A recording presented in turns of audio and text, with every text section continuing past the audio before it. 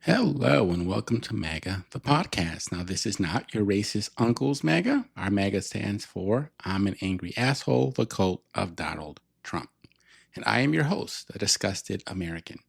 Our mission is to show how Don the Con bamboozled our country.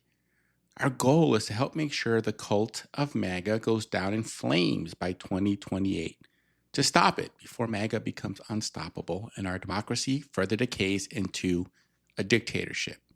If we want the cult of MAGA to end, we have to know how it began and why it spread. We have to go back to the election of 2016. In our last episode, we outlined the showdown at the beginning of Trump's candidacy. This idea of reality versus reality TV. The Fourth Estate, legacy media, wanted reality. They wanted their questions to be answered truthfully. They wanted access to information to help determine Trump's legitimacy. And they wanted to be objective about his credentials. But they needed ratings. Reality TV delivered huge ratings, but not much truth. We also explored the rise of reality TV, how these emotional stories were produced, cut together to create a narrative that maximizes conflict and drama. The most shocking rose ceremony for 20 seasons, right? The creation of compelling but fake characters. Characters like the Donald. We also heard the warning of reality TV show gurus, the guys that created and perfected this craft, and how they warned us that if the Fourth Estate let the Donald run for election, he'd win. The Fourth Estate needed to hold the line. They needed to make sure that people could distinguish between the legend of the Donald and the reality of Donald Trump. On this episode, the devil gets his due. We're going to take a look at what happened in the battle between existing reality, traditional journalism, and reality TV, which is reacting and promoting drama and conflict to chase ratings, and what happened during that fateful first month of Trump's candidacy. So again, Trump's bait when he first entered the race in 2015 was that he provided folks with click-worthy news stories that made for a fast read on an iPhone or tablet. Legacy media was transitioning from giving people what they needed to be an informed public to giving them what they want, where they want it, as fast as possible. So Trump threw a monkey wrench into this mutually beneficial relationship that's always existed between candidates and news organizations during presidential years. They typically need each other. But journalism normally won out at the end. And one of the reasons why is that the networks had these 700-pound gorillas, these news anchors that had a lot of trust with their audiences. And so ultimately, what they said goes. It carried a lot of weight when it came to what ultimately was broadcast. Here's the last episode of one of these icons, Tom Brokaw. Well, the time is here. We've been through a lot together, through dark days and nights and seasons of hope and joy. Whatever the story, I had only one objective: to get it right. When I failed, it was personally painful, and there was no greater urgency than course correction. On those occasions, I was grateful for your forbearance and always mindful that your patience and attention didn't come with a lifetime warranty. Notice what he talked about when he was reflecting on his career. It was about getting it right. And if he didn't, making amends because he knew his audience trusted him. That's what journalism is supposed to be about. Correspondents and reporters at NBC said that Brokaw, as the main anchor of the network, the face of the network, protected them. Great TV journalists had people trust them. They had enormous influence. So they could push back against the suits at the end of the hall on commercial decisions that affected their coverage. Now, another one of these powerhouses, Meet the Press host Tim Russert, used to tell folks, beware the pamphleteers, which meant avoiding a story that's presented to you as fully baked.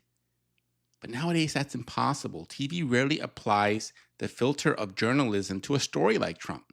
More to the point, there's little interest in letting them These journalistic standards that we used to believe were a given were established during economically secure times when traditional media was flush with cash and could dictate the terms of news coverage to advertisers, the people it covered, and its audience. But by 2015, that leverage was slipping away. The old guard was weakening.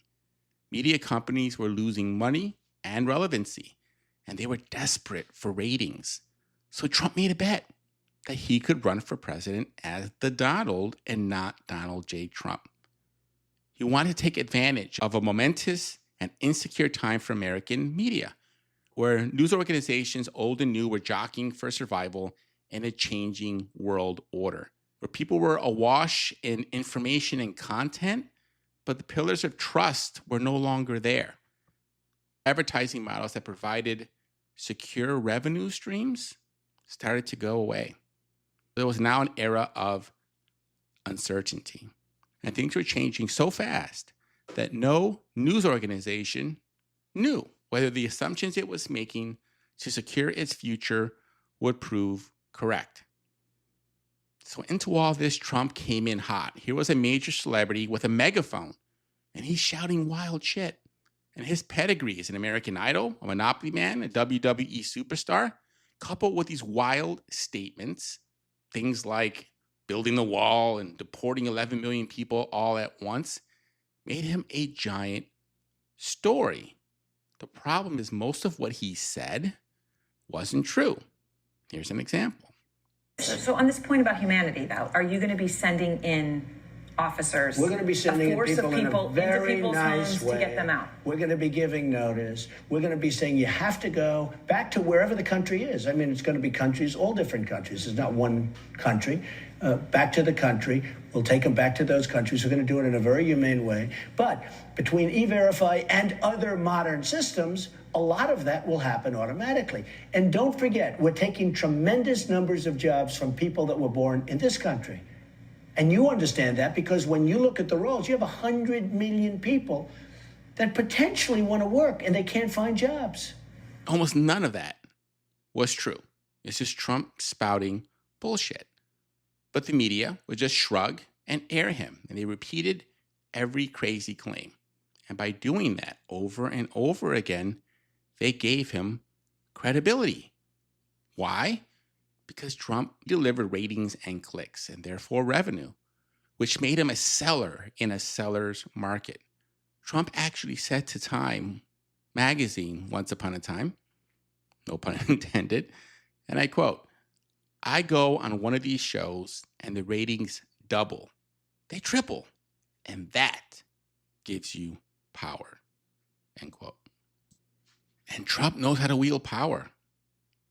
So he was using his ratings power to push the news media to break from their mission of holding the powerful accountable. In other words, he was trying to get them to loosen their standards. Now, maybe nowadays it seems like it was always like that, but it really, really wasn't. Back in 2015, when he entered the race, there were 17 candidates. But the media focused on one. And Trump's overwhelming coverage suggested that it was no longer enough to be newsworthy in order to earn earned media. I spent peanuts and I'm by far number one. Now, but the most telling number may be 17 million. That is all that Donald Trump has spent as he has sat astride the front-runner position in the GOP. Instead, Trump has relied mainly on what's called free media, news coverage, and social media like Twitter. Now you need it to be entertaining to drive ratings and ads. So to listen to those numbers and that we just heard, Elizabeth Wilner, you would think that paid advertising has not had the impact in this election cycle that it has in the past. How do you see it? Well, Donald Trump has changed the dynamic. Historically, paid advertising and the ability of candidates to raise enormous sums of money, that has helped to distinguish the front runner, right? Who has the most money to spend on TV? In this case, the candidate who has spent the least amount of money on TV and put the least effort into his TV advertising is the front runner on the Republican side. So journalists, and especially those on the business side of journalism, will just tell you that they were giving viewers what they want. But is that really their job? Was that their civic duty, just to give people what they want? or are they supposed to inform the public? Now, not surprisingly, Fox News went in hard and fast. Trump gets on a lot of these shows and the ratings jump, right? Hannity goes up by 40%. The other networks saw this. Now, Fox News was already a powerhouse, but CNN was in a very different position during this time. 18 months before Trump enters the race, Wall Street analysts are questioning whether the network, which was sinking to near 20-year ratings lows, had a place in this new ecosystem of unlimited real-time information. So CNN's panicking. They look over at Fox News, which is getting big ratings by covering Trump, so they start to follow. With CNN's debates and their heavy coverage of Trump, the network's ratings started to go up. They went up about 170% in prime time. Now, for a cable news company on life support, that's not just a boost, that's an adrenaline shot to the heart. So Jeff Zucker, who's the president of CNN Worldwide, said when discussing Trump 1.0's ratings, the numbers are crazy. Now, how crazy were they? A $200,000 30-second spot on debate night would go for 40 times what CNN made on an average night, according to Advertising Age. That's a lot of money. And CNN decided to take the money. Jeff Zucker closed his eyes and he took the money. And later, he tried to lamely walk back his greed and cowardice. Also last month, CNN President Jeff Zucker said, quote, if we made a mistake, it was we shouldn't have put on as many Trump rallies as we did. I mean, really? That was your only mistake? Too many rallies? The irony is the same man that gave Trump a blank check to lie on his network on a daily basis later says this.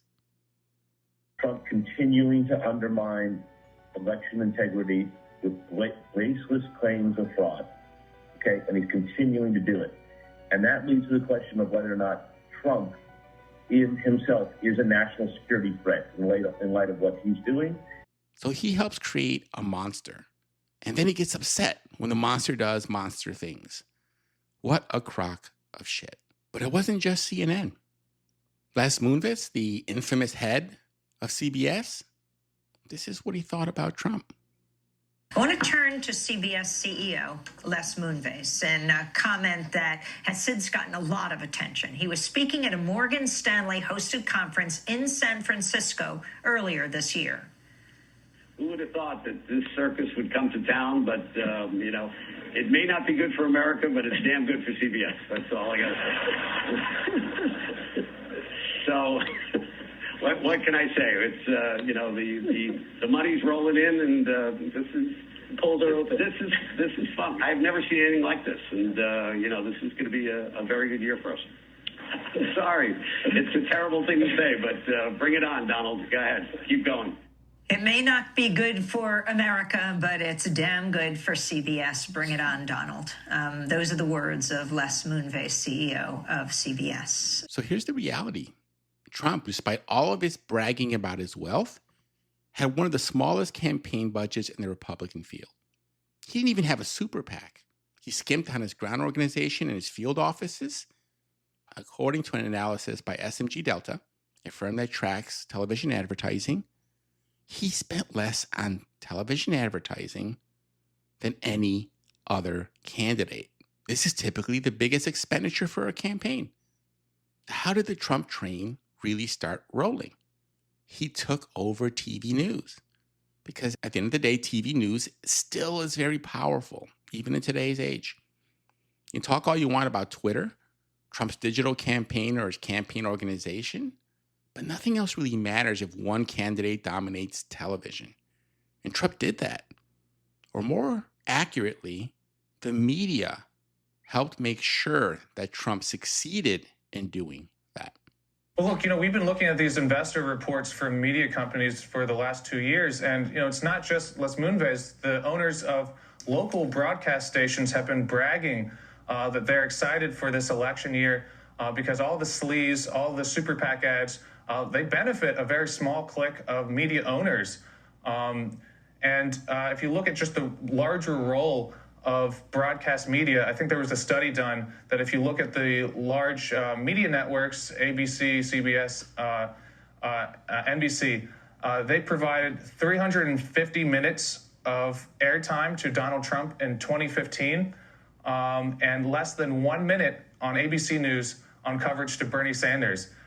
Just across the board, whether it's local TV or cable news, they treated this entire election season as a carnival, as a chance for tabloid politics, rather than talking about the vital issues or the political biographies and the policy issues. They take whatever Donald Trump has tweeted, whatever insult he hurled, and treat it as a serious news story. And rather than paying for reporters to go out and report the truth and talk to voters or to do investigative reporting, they have pundits, many of them compromised. Many of the pundits that we've seen go on television were quietly or secretly working for one of the campaigns. But then they have pundits go on TV and yell at each other and turn this into a food fight rather than a substantive, thoughtful discussion of the issues. The Trump-dominated earned media. They covered his insane ramblings over and over again, often live. They repeated his nonsense. And remember, repetition works to make something seem more credible, more true. It wasn't just that Trump was repeating crazy stuff like build the wall or deport 11 million people all at once. He had a media chorus to help spread the word. So in the battle of journalism versus reality TV in 2015, it turned out to be a massacre. Reality TV quickly replaced reality with the blessings of major networks like CBS and CNN. The big difference between Trump and the other candidates was that he was just far better at earning earned media. He earned more than $400 million 1 month, which is more than McCain got for his entire 2008 presidential run. Paul Senatori, who was MediaQuant's chief analytics officer, said that Trump had no weakness in any of his media segments. In other words, he was strong in every type of earned media, from television to Twitter. And this imbalance in coverage led to spectacles like the one that happened on March 8, 2016, when all the cable news networks showed Trump's 45-minute long primary night speech uninterrupted, in full. Hillary Clinton's victory speech went uncovered. But Trump got to stand up there and babble about Trump steaks and Trump wine. This was different. The networks didn't used to just turn on the camera and go stand in the corner. It went from journalism to tabloidism. Major media in this country has hit its biggest crisis in history. Its crisis is that advertising revenue now moves toward the phone. It doesn't have to go through. They still get advertising revenue, but they are now dramatically more reliant on political advertising, on campaign ads, which are targeted toward older people who tend to still watch television. As this has happened, they have cut their reporting staffs. They have reduced, we actually documented, there are television stations that have cut into the local newscast, which is the most watched news, cut into it to fit more campaign ads around it. And so understand the circumstance that we have created. It's not a complicated thing.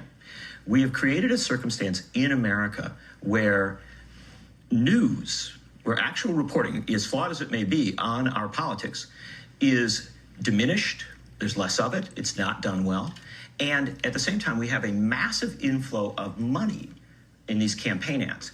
We have dialed down journalism. We have dialed up campaign cash.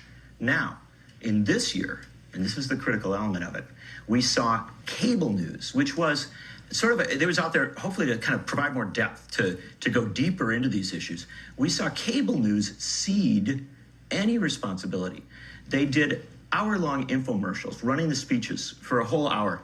And then you came on with, instead of Lee or anybody on this panel coming in, they had surrogates for the campaigns do mini debates in which those surrogates had a responsibility not to acknowledge the truth. Their responsibility was to say, my candidate just did a great job, even if your candidate fell off the stage. They spent more time showing the empty podium waiting for Donald Trump than they played anything to do with Bernie Sanders. Coming off what Lee said, and you know, Lee actually, he said it was 341. It's actually only 240 to 1 on ABC. But the fact of the matter is, at the end of 2015, Bernie Sanders and Donald Trump were polling at roughly the same place, and yet Donald Trump was getting on one major television network a 240 to 1 ratio more coverage.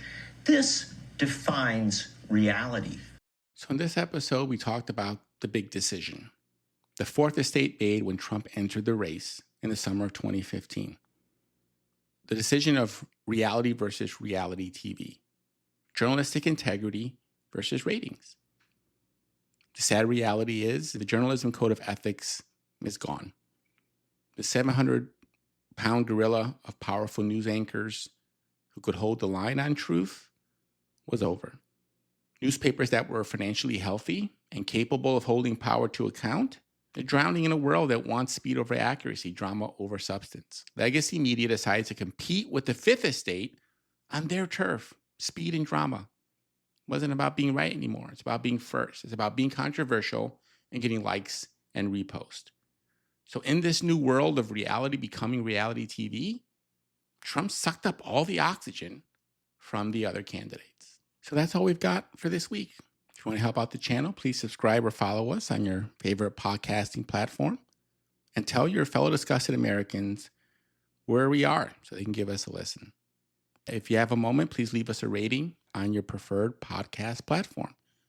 Again, so more folks can find the show. That's all we've got for tonight. New episodes drop on Wednesdays. Thank you for tuning in. Hope you have a great night. Ciao. Bye for now.